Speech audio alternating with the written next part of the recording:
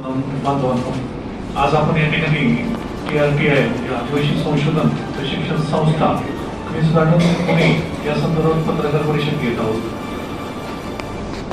हे पत्रकार परिषद घेण्याच्या अनुषंगाने मी सांगू इच्छितो की महाराष्ट्रामध्ये 29 अनुसूचित नंबरवर जे माधव कोळी डोंगर कोळी आहेत यांना जात वैधता प्रमाणपत्र मिळण्यासाठी किंवा जातीचा दाखला मिळण्यासाठी अनेक अडचणींना सामोरे जावं लागत आहे.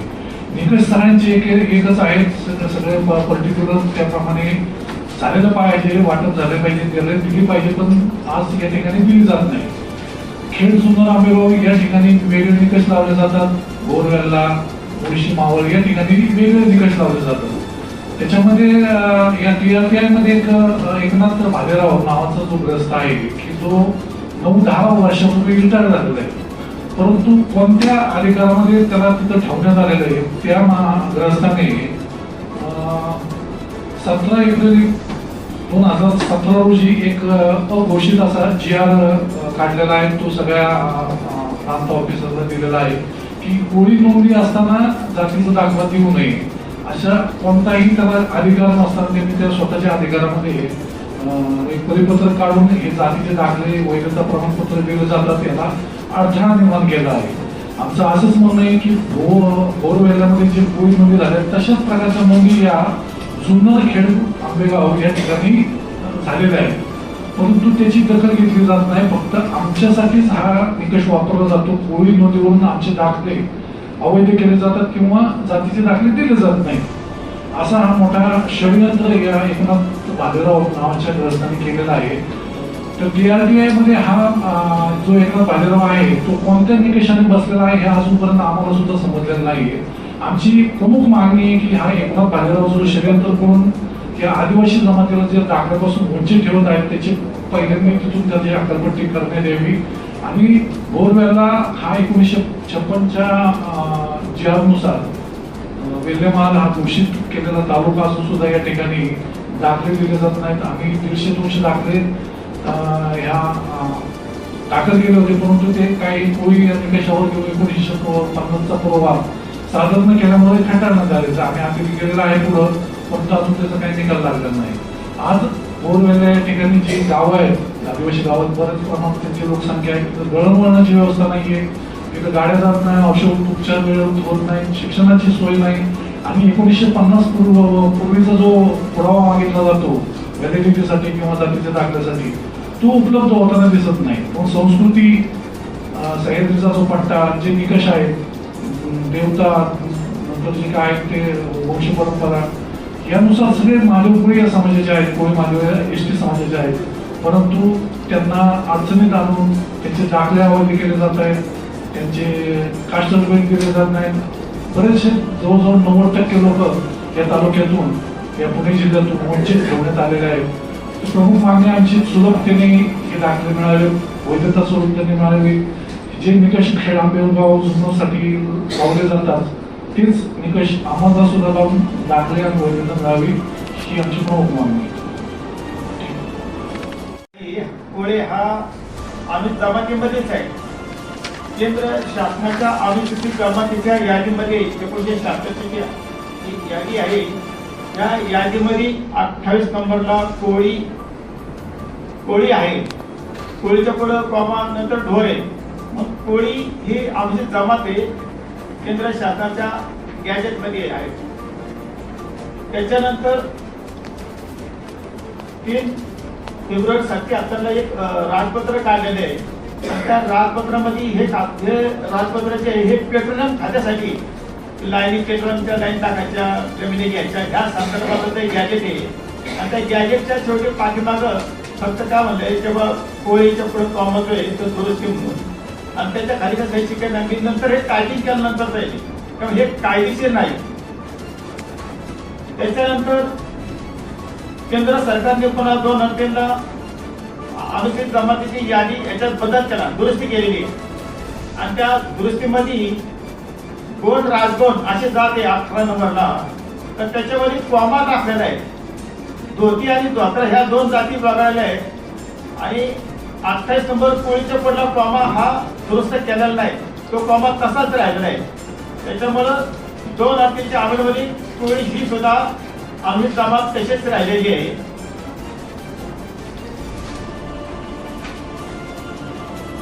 एक सुप्रीम कोर्टाचा एक निकाल जो आहे परवा, तर त्याच्यामध्ये सुद्धा की अनुसूचित जमातीच्या यादीमध्ये बदल करायचा की नाव दुरुस्ती करायचा किंवा यादीत नाव वाढवायचा, तर हा अधिकार हा पार्लिमेंटला आहे. महाराष्ट्र सरकारला याचा काही अधिकार नाही असं एक सुप्रीम कोर्टात सुद्धा निकाल आहे. त्या अनुषंगाने आमची मागणी अशी आहे की कोळी हा अनुसूचित जमातीमध्येच आहे. त्या अनुषंगाने महाराष्ट्र शासनाने अनुसूचित जमाती दाखले व जात समितीने कोळी अनुसूचित जमातीचं देण्यात यावं. या मागणीसाठी आम्ही आता पुढील महिन्यामध्ये अधिवेशन आहे, पावसाळी अधिवेशन, तर त्यासाठी आम्ही मोठं आंदोलन करणार. महत्वाची मागणी अशी आहे की आदिवासी संशोधन पडताळणी समिती जी आहे ती योग्य प्रकारे काम करत नाही आणि त्यांनी योग्य प्रकारे काम न केल्यामुळे ही संपूर्ण संकट या उर्वरित तालुक्यांमधल्या लोकांवर येते. म्हणजे मुळशी असेल, हवेली असेल, भोर असेल, वेल्हा असेल, संपूर्ण म्हणजे 13 तालुक्यामध्ये जे आहे त्यापैकी फक्त जुन्नर, खेड, आंबेगाव या भागातल्या लोकांना व्हॅलिडिटी दिली जाते. त्यांची कोळी नोंद असली तरी त्यांना व्हॅलिडिटी मिळते. परंतु इकडच्या हवेली असेल, मुळशी असेल, बारामती असेल किंवा इकडं भोर असेल, या संपूर्ण वेगळ्या तालुक्यांमध्ये राहणाऱ्या लोकांना ती कोळी नोंद असेल तर व्हॅलिडिटी मिळत नाही. म्हणजे पुरंदर किल्ल्याच्या भोवती जर पाहिलं तर 12 वाड्या आहेत महादेवपाड्यांच्या, पण तरी सुद्धा त्या लोकांना, तिथल्या भागातल्या लोकांना ती वैधता प्रमाणपत्र मिळत नाही. पण भीमाशंकरच्या भागातली म्हणजे सेम परिस्थिती, जसं भीमाशंकरचं वातावरण आहे, भौगोलिक परिस्थिती आहे, तशीच भौगोलिक परिस्थिती पुरंदर तालुक्यात, या हवेली तालुक्यात सिंहगडच्या पट्ट्यात किंवा वेल्ह्यामध्ये, चोरण्याच्या पट्ट्यामध्ये सेम परिस्थिती आहे. परंतु आम्हाला त्या भागातल्या लोकांना वैधता प्रमाणपत्र दिलं जात नाही, दुर्गम भागातली असून सुद्धा. आणि इकडच्या पट्ट्यातल्या लोकांना वैधता प्रमाणपत्र मिळत जातं. म्हणजे संपूर्ण महाराष्ट्रामध्ये किंवा भारतातलं संविधान एक असताना, संपूर्ण घटना एक असताना, एका भागातल्या एका माणसाला एक न्याय कोणी दिला जातं आणि दुसऱ्या भागातल्या लोकांना एक न्याय, असाच भाग संपूर्ण महाराष्ट्रामध्ये सुद्धा अशीच परिस्थिती आहे. म्हणजे जळगाव असो किंवा वेगवेगळ्या परिस्थिती, वेगवेगळ्या मराठवाडा असो, या सगळ्या भागामध्ये हीच परिस्थिती आहे की ती कोळी नोंद असेल तर ते वैधता प्रमाणपत्र दिलं जात नाही. वास्तविकता 28 नंबरला गॅजेटमध्ये कोळी नोंद ही शेड्यूल ट्राईबमध्ये आहे आणि शेड्यूल ट्राईबमध्ये असताना सुद्धा नुसती कोळी नोंद असते की ती त्यांना वैधता प्रमाणपत्र नाकारलं जातं. हा खूप मोठा अन्याय 1980 पासून आतापर्यंत या समाजावर आदिवासी संशोधन समिती आणि संपूर्ण राज्यकर्ते करीत आहेत. त्याच्या विरोधात आम्ही आता सातत्यानं भांडतो, परंतु या भांडलं तरी ती वैधता प्रमाणपत्र मिळत नाही. आणि म्हणून येणाऱ्या पावसाळ्या अधिवेशनामध्ये आम्ही या आदिवासी संशोधन समितीच्या विरोधात तीव्र आंदोलन करणार आहोत. आणि ते आंदोलन असंच असेल की जर कोळी नोंद एसटी मध्ये कोळी जर गॅजेटमध्ये जर 76 गॅजेटमध्ये कोळी नोंद ही कोळी एसटी मध्ये जर असेल तर त्या पद्धतीनं जातीचे दाखले मिळले पाहिजेत, प्रमाणपत्र मिळले पाहिजे, त्याचबरोबर वैधता प्रमाणपत्र सुद्धा मिळले पाहिजे. त्यामुळे कुणाच्या नोकऱ्या नाही गेल्या पाहिजे, ही प्रमुख मागणी. बऱ्याच लोकांना नोकऱ्यामधनं घरी बसवलं जाते, बऱ्याच लोकांची पेन्शन असेल, परत ग्रॅज्युटीची रक्कम असेल, जी काय प्रमोशन सगळं थांबलेलं आहे. आणि यामुळे संपूर्ण समाज हा बराच वर्ष सातत्यानं सफर करतोय. आणि यासाठी ही पत्रकार परिषद आहे.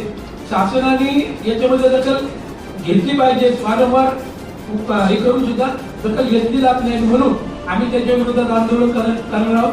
तर आपल्याला विनंती, आपल्याला या संदर्भात काही प्रश्न विचारायचे असतील तर तुम्ही आमचे अध्यक्ष येत आहेत, बाकीचे आम्ही सगळे आहोत, तर आम्ही त्याला उत्तर देऊ.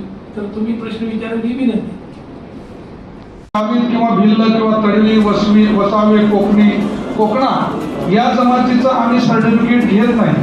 आम्ही ज्या जमातीमध्ये आलो, कोळी महादेवमध्ये, भोर कोळीमध्ये, टोकरे कोळीमध्ये किंवा डोंगर कोळी, मल्हार कोळीमध्ये आम्हाला तेच सर्टिफिकेट पाहिजे. आम्ही ज्या जातीमध्ये जन्माला आलो आणि मग ते सर्टिफिकेट जर या महाराष्ट्र राज्यामधनं नाकारलं जातं, समितीमधनं नाकारलं जातं, तर कुठंतरी राजकारणाचा प्रभाव आणि कुठंतरी शासनाचा प्रभाव आमच्यावरती अन्याय करत आहे.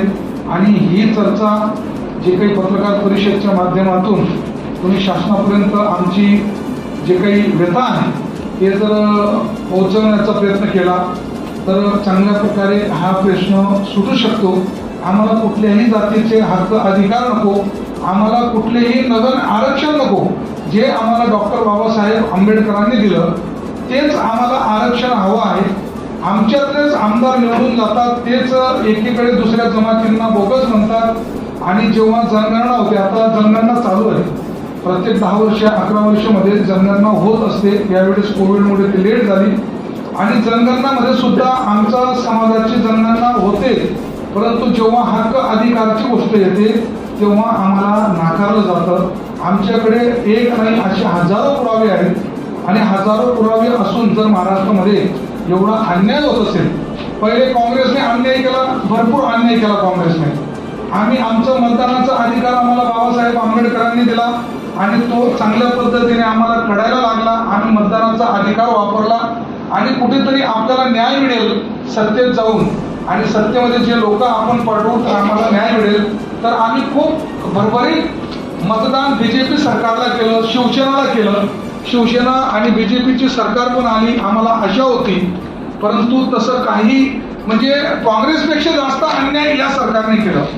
मग आम्ही जायचं कुठं, की काँग्रेसकडे जायचं की बीजेपीकडे जायचं? लोकप्रतिनिधी इकडचे पण म्हणजे ते नावाला बीजेपी आणि शिवसेना सारखे जे घटक निवडून आले, म्हणजे ते एखादं दत्तक मुलगा जसं घेतो ना तेच कार्यकर्ते, तेच लोकप्रतिनिधी इकडनं पडले म्हणजे तिकडे, तिकडनं पडले म्हणजे तिकडे.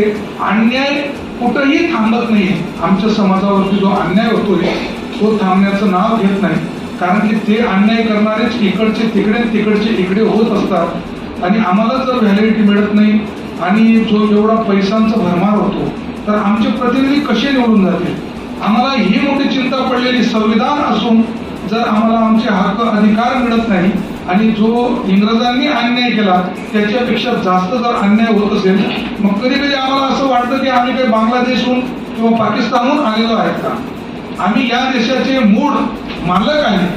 अधिकारी सुद्धा आम्हाला TRTAचे अधिकार अशी वागणूक देतात की तेच पत्र काढतात की तुमची बैठक लावलेली आहे आणि तेच अधिकारी, कोणी सांगतं दिल्लीला चाललो, कोणी सांगतं मी मुंबईला चाललो. अरे बाबा, आम्हाला कशाला बोलवलं? आमच्या खेड्यापाड्याहून प्रत्येक 36 जिल्ह्याहून लोक येतात, त्यांचे 2-2, 5-5 हजार रुपये खर्च होतात, त्यांची रोजंदारी जाते आणि मग त्या लोकांना न्याय मिळत नाही म्हणजे आर्थिक आणि सर्व काही त्यांच्यावरती बोजा लाटला जातो साहेब. आणि TRT मध्ये आणि समितींमध्ये एकदम प्युअर बोगस कारभार चालू आहे. हो, कधी कधी मी माझे सैनिक आहे देशाची, मी 21 वर्ष 1 महिना नोकरी केली. मी तिथं आतंकवादीला मारू शकलो. या देशाची प्रत्येक सुव्यवस्था बिघडायला नको पाहिजे, कुणाच्या घरामध्ये आतंकवादी घुसून कुणाला त्रास नको झाला पाहिजे. अशा आतंकवादींना रोखण्याचं काम मी 21 वर्ष 1 महिन्यापर्यंत पूर्ण बॉर्डरवरती केलं. परंतु जे मी रिटायरमेंट होऊन इथं जे राजकारणामध्ये आणि शासनामध्ये जे काही आतंकवाद करणारे लोक आपल्याच देशातले मी बघितले, म्हणजे आपल्या देशामध्ये न्याय व्यवस्था मला असं वाटतं की आहे की नाही आहे, म्हणजे संविधान खरोखर लागू आहे की नाही आहे, म्हणजे असा संभ्रम आमच्या समाजामध्ये एकदम निर्माण झालेला आहे. म्हणजे न्यायाची अपेक्षा आम्ही राजकारणी लोकांसोबत पण करू शकत नाही आणि शासनाच्या अधिकाऱ्यांसोबत पण समजू शकत नाही. मग आम्हाला न्याय कोण देईल? एक मात्र संविधानाचा तुम्ही 4था स्तंभ असल्यामुळे ही पत्रकार परिषद या पुण्यामध्ये आम्ही विचार केला आणि या बैठकीच्या माध्यमातून जर तुम्ही आमची आवाज सरकारपर्यंत पोहोचवली तर शायद हे 40 वर्षाचा अन्याय कुठंतरी थांबेल आणि कुठंतरी आम्हाला न्यायाची अपेक्षा, न्याय मिळेल अशी तुमच्याकडून आम्ही अपेक्षा करतो.